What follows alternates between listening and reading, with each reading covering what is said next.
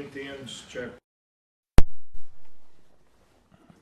Once again, we'll read verses 7 through verse 10. And lest I should be exalted above measure through the abundance of the revelations, there was given to me a thorn in the flesh, a messenger of Satan to buffet me, lest I should be exalted above measure. For this thing I besought the Lord thrice, that it might depart from me. And he said unto me, My grace is sufficient for thee, for my strength is made perfect in weakness.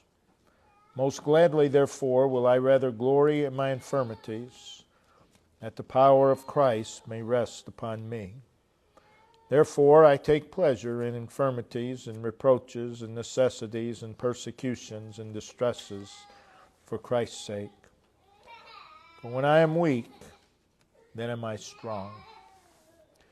Again, Paul, in these verses, addresses the subject of personal trouble, trials, sufferings, afflictions, and difficulties. In doing so, he speaks of the purpose of these things. He speaks of the benefit of these things. But as Paul speaks upon this subject, he is led into the greater subject of God's reliability, God's power, God's strength in suffering. So the emphasis of the text is not the personal troubles and the trials and the sufferings and the afflictions and the difficulties of life, but the emphasis is God's reliability, God's power, God's strength in these things. As we mentioned this morning, Paul was a man of many and varied burdens. We read that in 2 Corinthians 11, verses 23 through 28. But as you read through that list, those are not the things that come to mind when you think of Paul. If you were to ask somebody, when you think of Paul, what do you think of? I don't think anyone would answer 2 Corinthians 11, 23 through 28. That's not what defined his life. His life was not defined by the hardships. His life was defined by his love and his service to the Lord. And the reason that Paul was not defined by his various trials and suffering is what is emphasized in our text.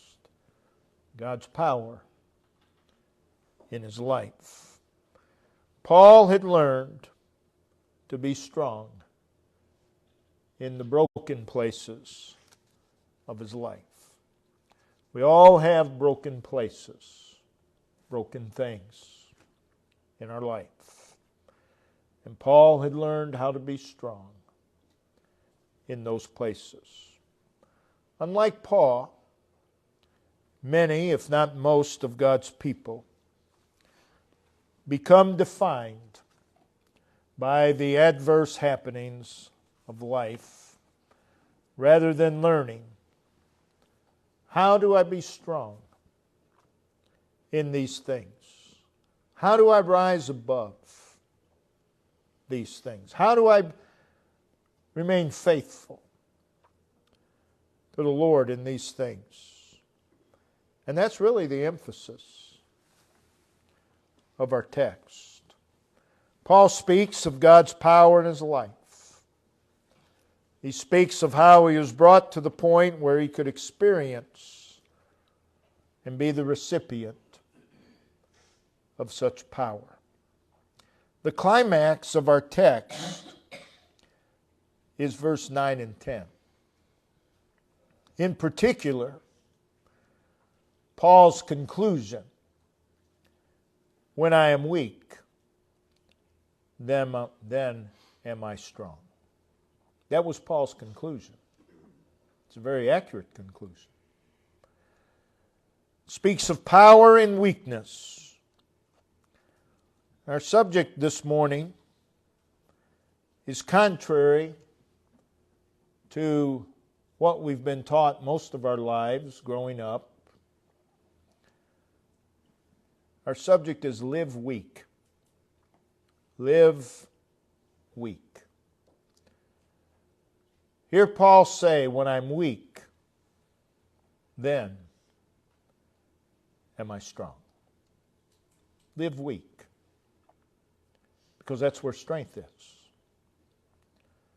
So let's consider, first of all, weakness. In our text, Paul is saying that his thorn in the flesh and the messenger of Satan buffeting him revealed to him his weakness in and of himself. And in that weakness, he found and he experienced God's strength. That's the lesson of the text. Weakness is a part of our fallen nature. It is a part of the fallen and broken world that we live in. You and I are weak by nature and we are broken. The whole world is weak and broken. I am weak. He says, when I am weak. Notice that word when. When. At what time I am weak, then, at that time, the time that I'm weak, am I strong. So the truth is, we're always weak within ourselves. That's why Jesus said in John 15:5, without me, ye can do nothing. Ye can do nothing. He's talking about his own people. Without me, you can't do anything. Now that's weak. When you can't do anything in and of yourself, that's weakness. And Paul says, when I'm weak, then am I strong. He's speaking of realized weakness. When I realize I'm weak, because we're always weak, but when I realize I'm weak, that's when I'm strong. When I realize that in and of myself I'm lacking and deficient, that's when I'm strong. When I realize without me ye can do nothing, there's strength in that weakness. So, the Lord, in giving Paul a thorn in the flesh, the messenger of Satan to buffet him, what that did was it kept Paul in touch with his weakness. You are weak. You can do nothing without Christ. But we lose touch with that reality. But this thorn in the flesh, this messenger of Satan, kept Paul in touch. It was a constant reminder of his weakness, of his inability. And that was of great spiritual benefit to Paul. So much so that he says he took pleasure, in which the Lord used to cause him to be aware of his weakness. Paul is saying, when I am aware of my own weakness, that's when I'm strong. And the Lord has given me the gift of suffering to bring me to the awareness of my weakness. Therefore, I take delight in the trials and sufferings and afflictions and difficulties of life. That's what Paul is saying. So realize weakness. There's strength there. Because in realized weakness reveals our dependency upon God and our need of the Lord. Sadly, we live in a society that does not know, does not feel the need of God. A very self-sufficient society. When I'm weak before the glorious majesty and holiness of God, then I'm strong. Because my realized weakness forces me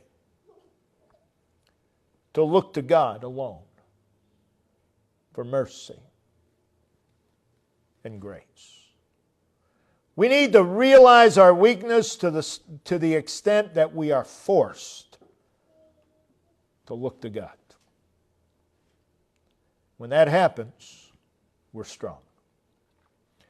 When I'm weak, then am I strong, because my realized weakness compels me to look to Christ alone.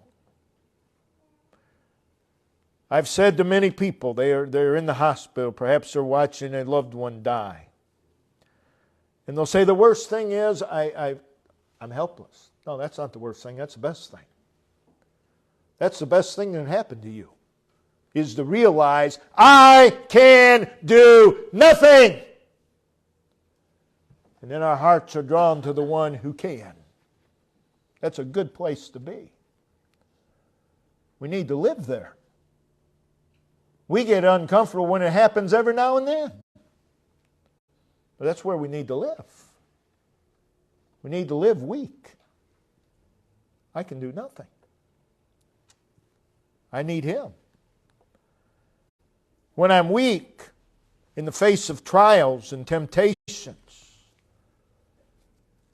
when you realize I can't do this on my own strength. People will say so many times, I have this temptation, I'm trying so hard. Quit trying. Just depend on Him. Just depend on Him. You're weak. You're not going to resist in your own strength. You can go to all the self-help groups you want. That's not the cure. We're weak. My realized weakness causes me to look to the Lord. To look to Him alone. To uphold, to sustain, and strengthen. You see, when we're weak, before our overwhelming cares in this world, in reality, that's when we're strong.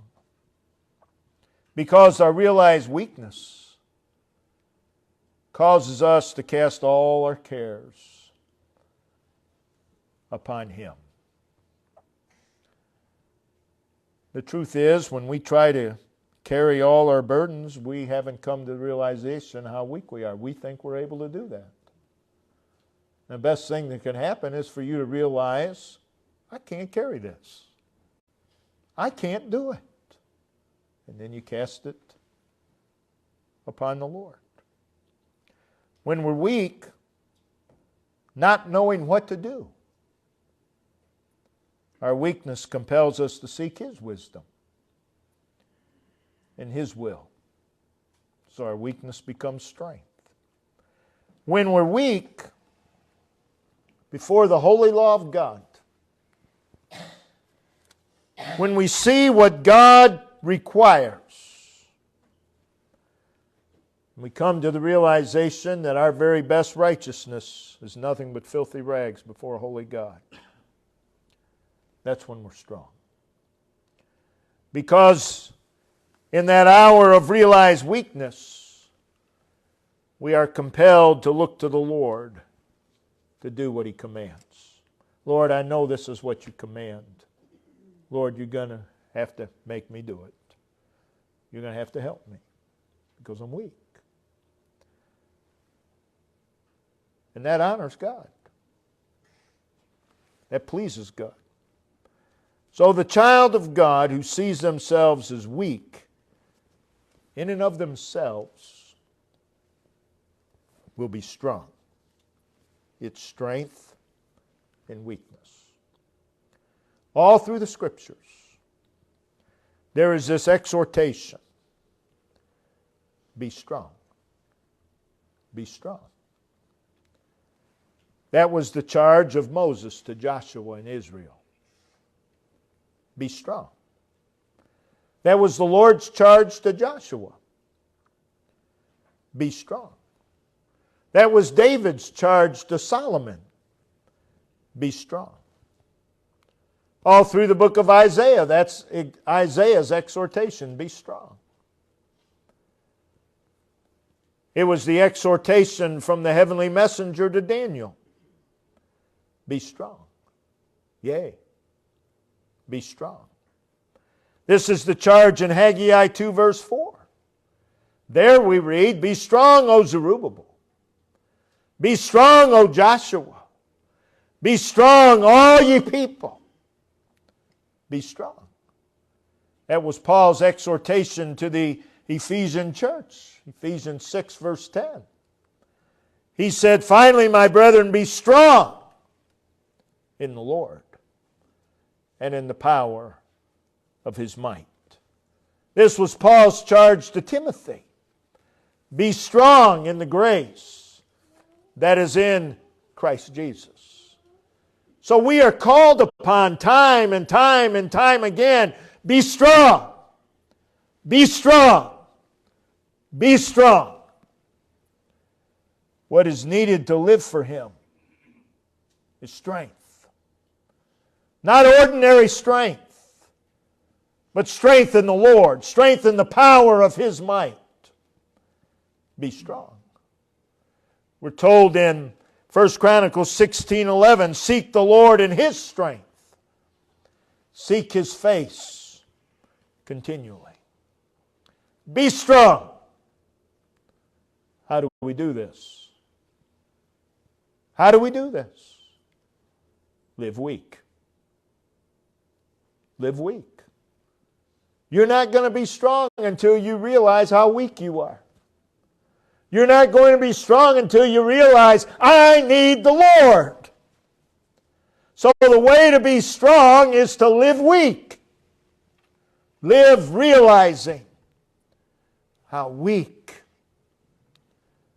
we are. So included in the call, be strong, would be this call, live weak. Live weak. Someone says, pray for me. I need strength. Well, they do. But they also need weakness. They need to realize how weak they are. So they go to the right source of strength. Live weak. Realizing our dependability upon God. Again, hear Paul say, when I'm weak, then am I strong. Strength in weakness. When I am weak, then am I strong. Turn that around. Turn that around. When I'm strong of myself, in myself, that's when I'm weak. That's when we're weak. Oh, I've got this. I can handle this. I don't even need to pray. I've done this so many times. I've got it. You're weak. You're weak. It's when you realize I can't do it. I can't do it. That's when you're strong. When you realize I can't bear this trial any longer. I can't put up with this any longer. That's when you're really strong. If you go to the one who can give you the strength. So really, if you turn it around, it's a warning against self-sufficiency. Beware of being sufficient in yourself. Consider God's strength. Paul, in his realized weakness, his realized dependability and need, what did he do? Well, verse 8 says that he besought the Lord. That's what realized weakness will do. Where do you find strength? Beseeching the Lord. And then in verse 9, God answered him and said unto him, My grace is sufficient for thee.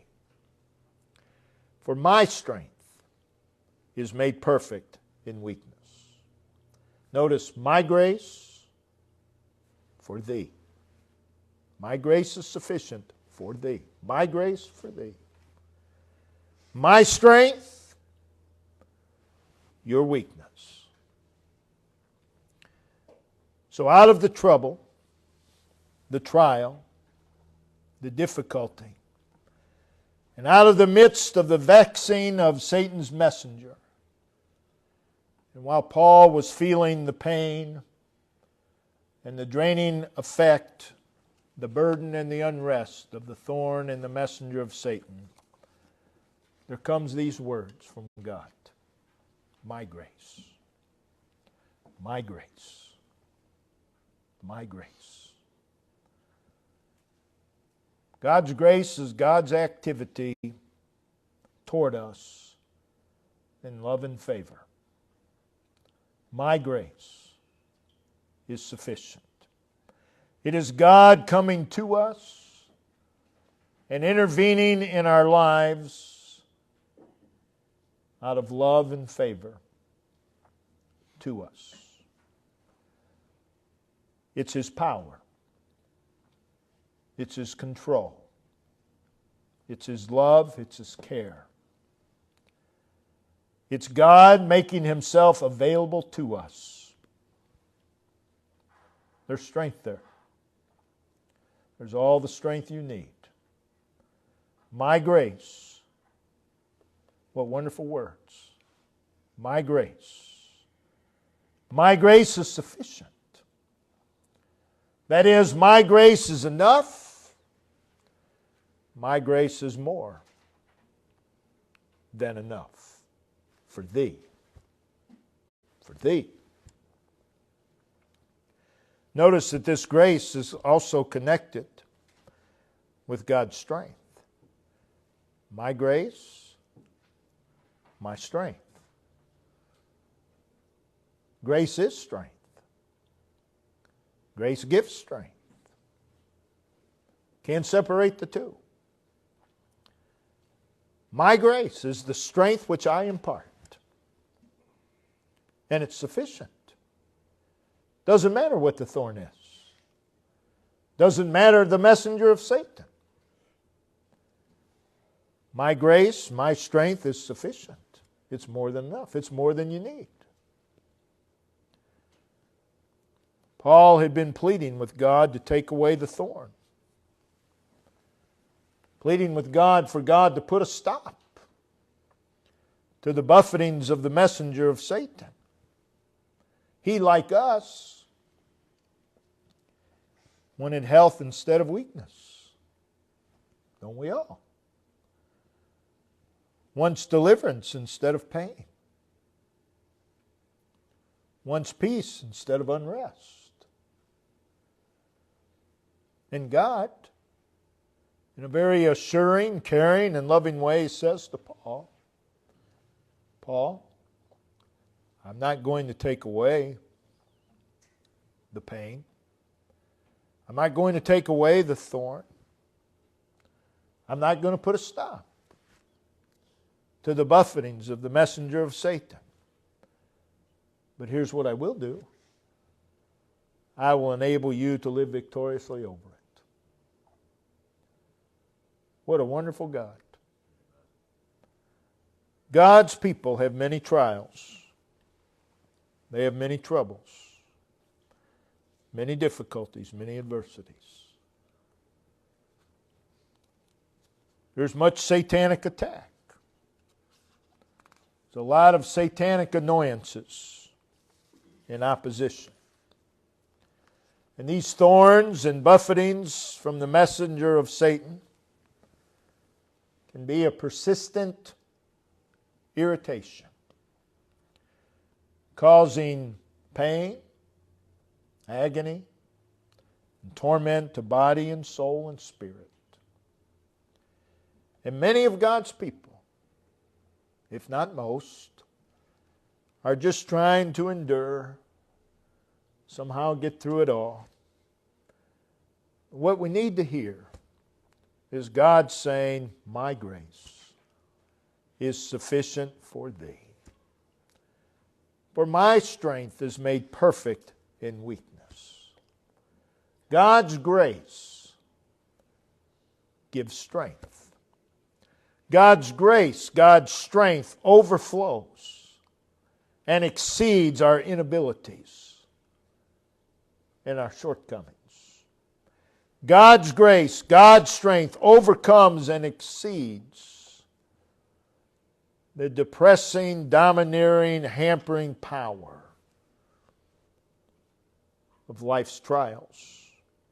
God's grace, God's strength is more than enough, regardless of the mountain, regardless of the obstacle, regardless of the trouble or the difficulty or the hardship, regardless of the heartache, regardless of the disappointment, regardless of the weakness. God's grace is more than enough, regardless of the need. There is in God's grace more than enough power and more than enough comfort to overcome every thorn, to overcome every buffeting. Notice in 2 Corinthians 9, one of my favorite verses, verse 8, and God is able to make all grace. Oh, there's grace and there's all grace. Abound, another wonderful word, toward you, that ye always, having all, not just sufficiency, all sufficiency in all things, may abound to every good work. My grace is sufficient for thee. We need to hear that in such a way that it makes a life-impacting, that it has a life-impacting effect upon us. Now, in the case of Paul, God did not change his situation as far as the thorn and the buffetings of Satan. Did not change his circumstances by removing the affliction. But he did change it. He changed it by a new ingredient, his grace, his strength. God may not change your circumstance by removing it, but God can change it by simply giving you his grace and his strength. So, God most certainly can, and he does many times, rearrange circumstances. But he does not merely rearrange circumstances. He transforms us so that we can deal with the circumstance. In the text, Paul does not name the thorn in the flesh. You pick up almost any commentary, They spend a lot of time. They spend a lot of space surmising. What was Paul's thorn? Well, if God wanted you to know, He would have told you. You're just wasting your time. I mean, men will spend pages trying to prove that his thorn was epilepsy. Doesn't say. Some will say, well, it was headaches. Doesn't say. Could have been. Doesn't say. It was malaria. It was poor eyesight. It was temptations. It was depression. It was lustful thoughts, and on and on and on it goes. But think about it. If we were told specifically Paul's particular thorn, what would man do? Man would be prone to limit the promise of God's grace to that particular thorn. That's what we would do. Paul's thorn was headaches. Oh, I don't have a headache, but I got a footache. I wish I had a headache because God's grace is sufficient for a headache. That's how ignorant people are. So we ought to be thankful that God did not tell us what the thorn was. Because what that means is whatever the thorn, God's grace is sufficient. He didn't tell us the particular nature of the buffetings. But whatever it is, God's grace is sufficient. So I don't have much time. I'm not going to read 5 pages in a commentary on what Paul's thorn might have been. To be honest, I really don't care. All I know is God's grace is sufficient for whatever the thorn is and whatever the buffeting might be. So in God's grace, there is God's strength. And God's strength is more completely manifested and displayed in our weakness. In order to be strong, and we are to be strong, we're to be strong always, but in order to do so, live weak. Because that'll drive you to the source of strength. Live recognizing our weakness. Live recognizing our dependability upon Him.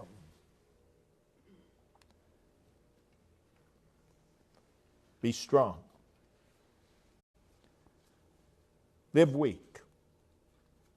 Live in the reality of 2 Corinthians 3:5, and we'll close.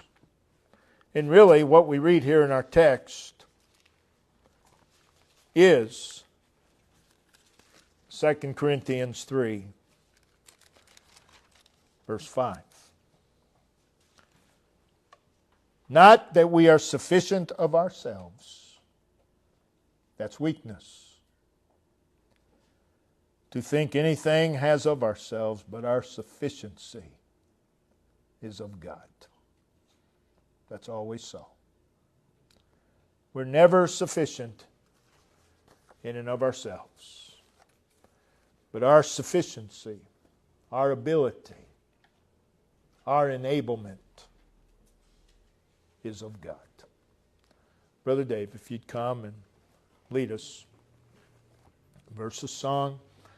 Again,